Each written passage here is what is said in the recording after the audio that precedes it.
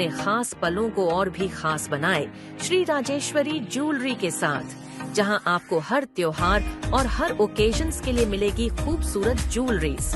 तो आइए और सोने की चमक से अपने पलों को सजाइए।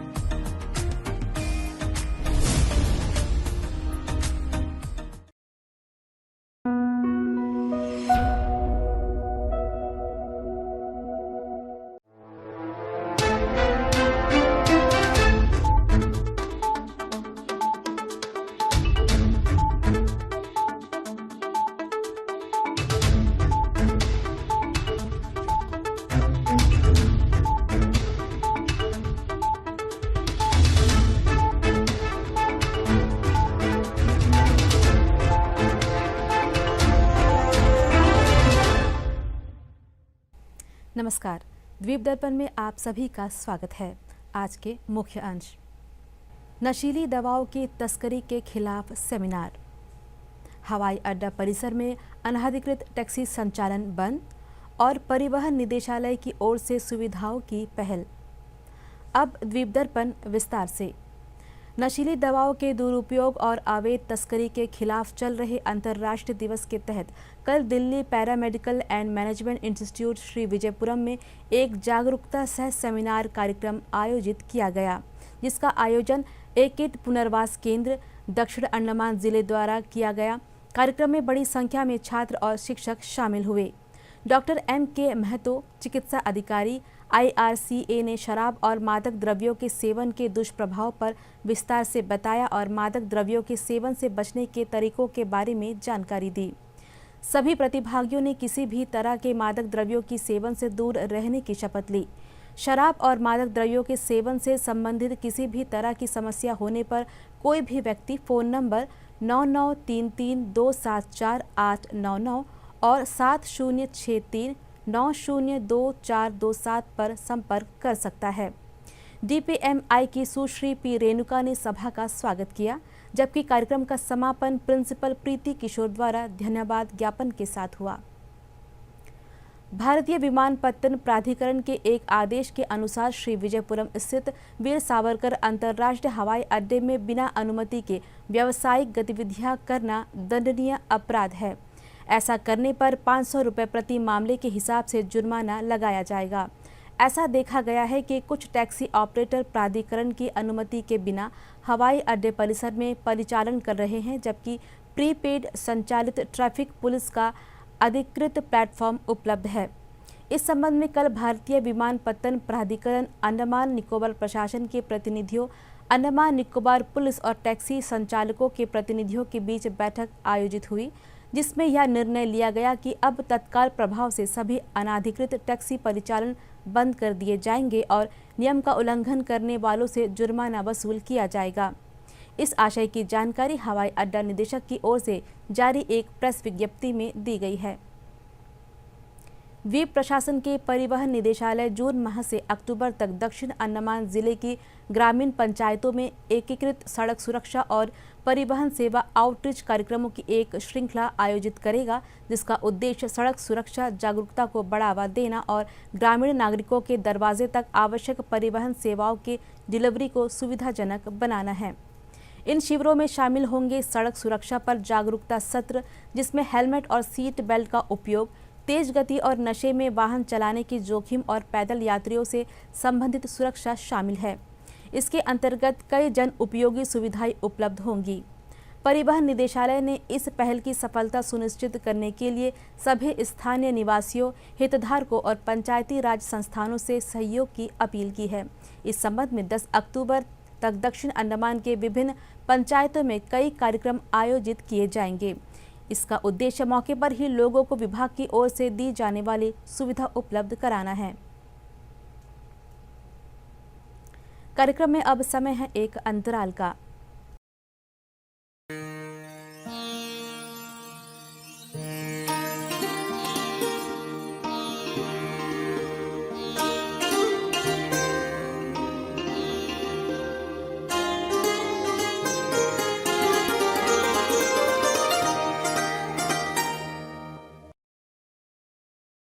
अंतराल के बाद कार्यक्रम में आप सभी का पुनः स्वागत है।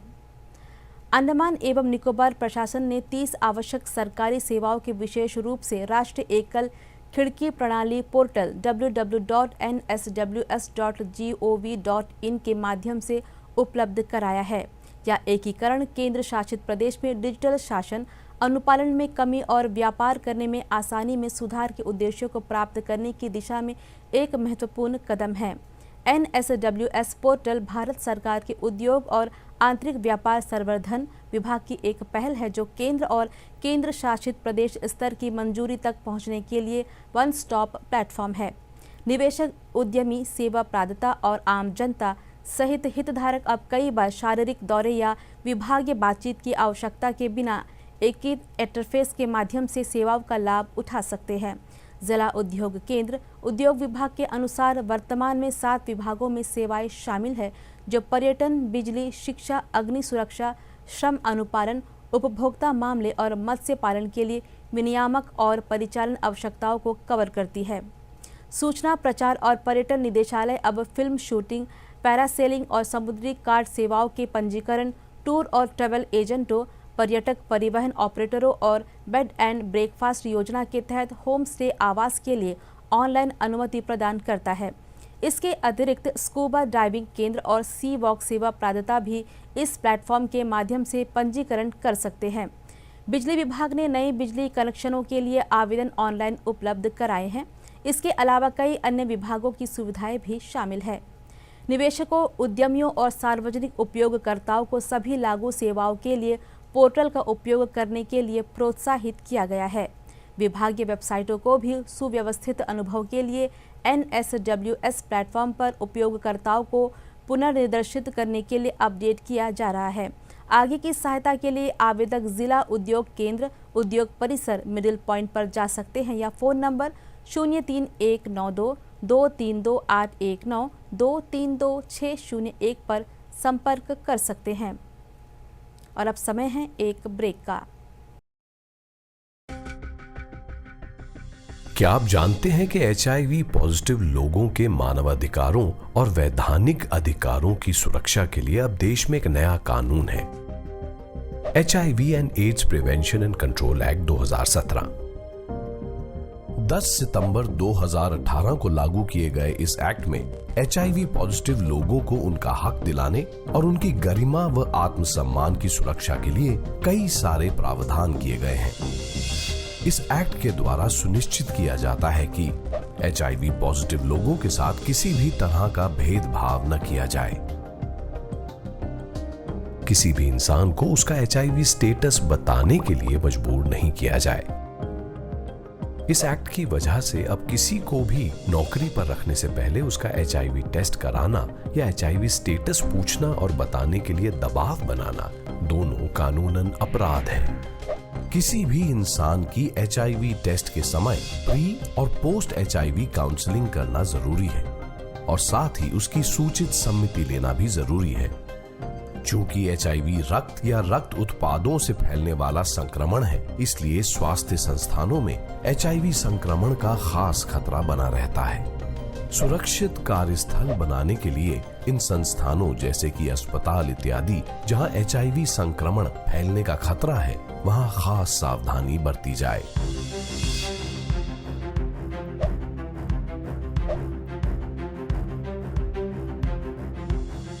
इस एक्ट में ऐसे प्रावधान भी किए गए हैं जिनसे HIV के साथ जी रहे लोग भेदभाव या बुरे बर्ताव से जुड़ी शिकायत को आसानी से दर्ज करा सकते हैं। इन शिकायतों के निवारण के लिए हर राज्य में कम से कम एक लोकपाल की नियुक्ति होगी। साथ ही साथ हर संस्थान जहां 100 से अधिक लोग काम करते हैं, एक कंप्लेंट ऑफिसर, और हर स्वास्थ्य संस्थान जहां 20 या अधिक लोग काम करते हैं, वहां भी एक कंप्लेंट ऑफिसर होना जरूरी है।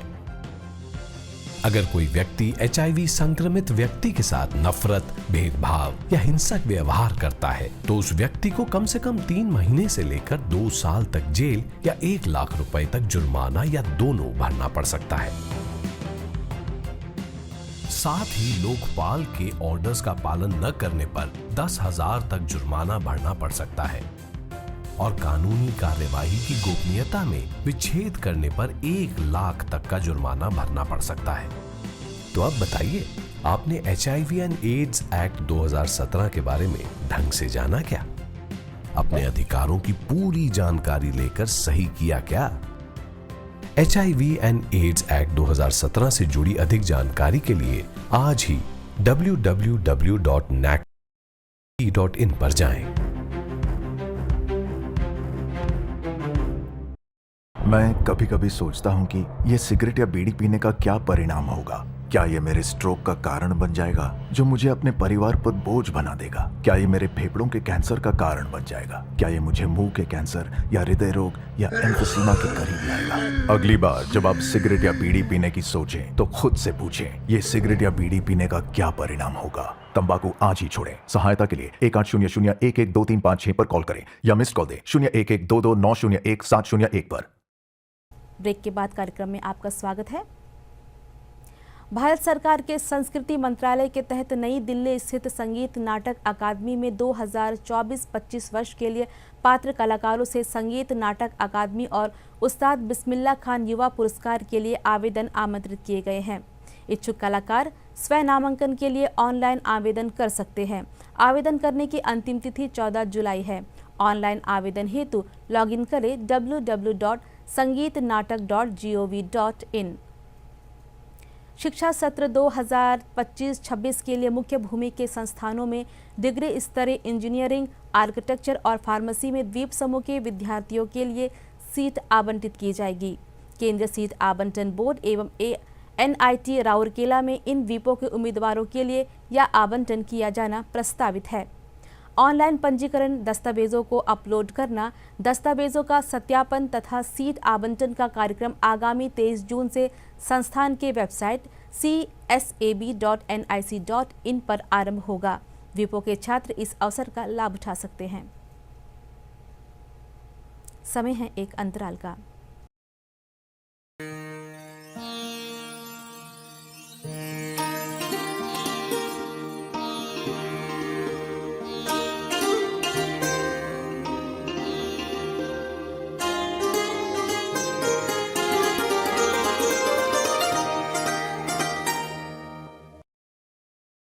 टीका लगवाने। क्या मतलब आशा जी?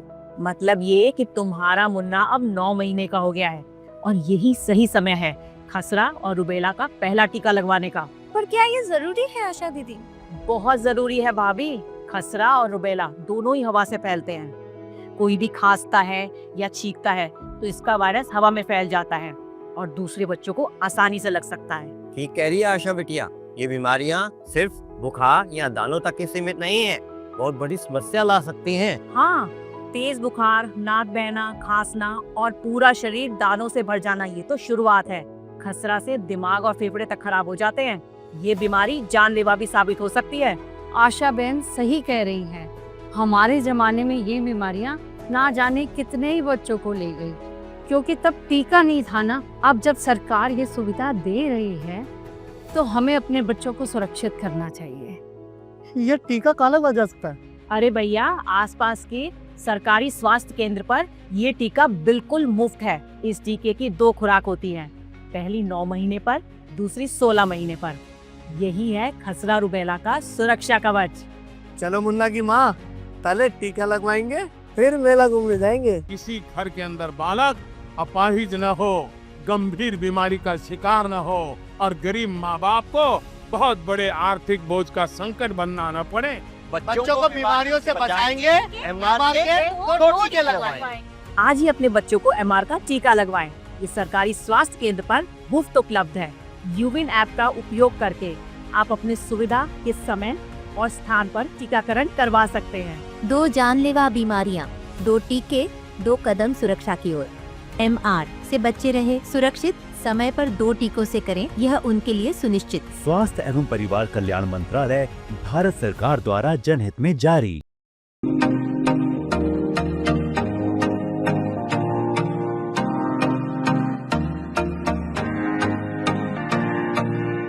अपने खास पलों को और भी खास बनाए श्री राजेश्वरी ज्वेलरी के साथ, जहां आपको हर त्योहार और हर ओकेजन्स के लिए मिलेगी खूबसूरत ज्वेलरीज। तो आइए और सोने की चमक से अपने पलों को सजाइए।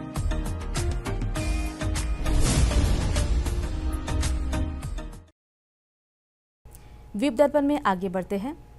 केरल स्थित कालीकट विश्वविद्यालय से संबद्ध कॉलेजों में 2025-26 शिक्षा सत्र के लिए पात्र छात्रों से आवेदन मांगे गए हैं। यूजी और पीजी कार्यक्रमों के लिए एक एक सीट आरक्षित किए गए हैं। विश्वविद्यालय स्वीकृत क्षमता से अधिक वैधानिक अधिकतम सीमा के भीतर एक अतिरिक्त सीट पर भी विचार कर सकती है। केरल के कालीकट विश्वविद्यालय के अंतर्गत आने वाले संबद्ध विश्वविद्यालयों में यूजी और पीजी कार्यक्रमों में प्रवेश पाने के इच्छुक छात्र यूजी और पीजी कार्यक्रमों में उपलब्ध पाठ्यक्रमों के विवरण अथवा पंजीकरण के लिए विश्वविद्यालय की वेबसाइट www.uoc.ac.in या www.admission.uoc.ac.in का अवलोकन कर सकते हैं। इन कार्यक्रमों में प्रवेश पाने के इच्छुक छात्रों को अनिवार्य रूप से केंद्रीकृत प्रवेश प्रक्रिया के माध्यम से पंजीकरण कराना होगा। इन कार्यक्रमों में प्रवेश पाने के इच्छुक छात्र सहायक दस्तावेजों और विश्वविद्यालय केंद्रीकृत प्रवेश प्रोफेशनल में पंजीकरण के प्रमाण के साथ आगामी 19 जून को शाम 5 बजे तक द्वीप प्रशासन के सचिवालय के विकास अनुभाग 4 में आवेदन जमा कर सकते हैं, ताकि द्वीपों के विद्यार्थियों के लिए आरक्षित सीटों का प्रवेश के लिए इसे कालीकट विश्वविद्यालय को प्रेषित किया जा सके। और अब मौसम। आज द्वीपों में अनेक स्थानों पर हल्की से मध्यम वर्षा हुई।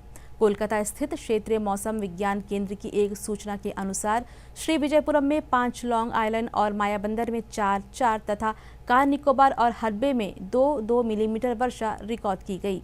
जन सेवाओं के लिए कल तक भारी वर्षा होने की चेतावनी जारी की गई है। द्वीपों में 1 या 2 स्थानों पर गरज के साथ बिजली चमकने की भी आशंका है। इस बीच 7 से 11 सेंटीमीटर तक भारी वर्षा भी हो सकती है। उधर मछुआरों को चेतावनी दी जाती है कि समुद्र तट पर वायु की गति 35 से 45 किलोमीटर प्रति घंटा रहेगी, जो बढ़कर 55 किलोमीटर प्रति घंटा भी हो सकती है। इस दौरान समुद्र के अशांत होने के कारण मछुआरों को समुद्र में 16 जून तक न जाने की सलाह दी गई है।